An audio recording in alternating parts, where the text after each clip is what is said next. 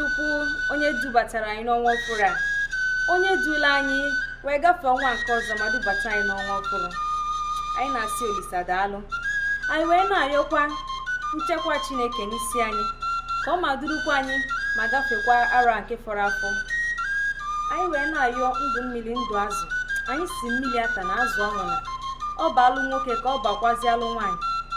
Anyị na-asị onye chee ihe ọma nyere anyị ka ihe ọma bịakwutele ya, mana onye chekwa nna anyị ihe ọjọọ o metara buru. Anyị masị unu happy new month, nnọọ n'ọnwa Ọgọọst. Ozi a si n'aka ndị Igbo Institute wee na-erute unu aka. Ya gazie.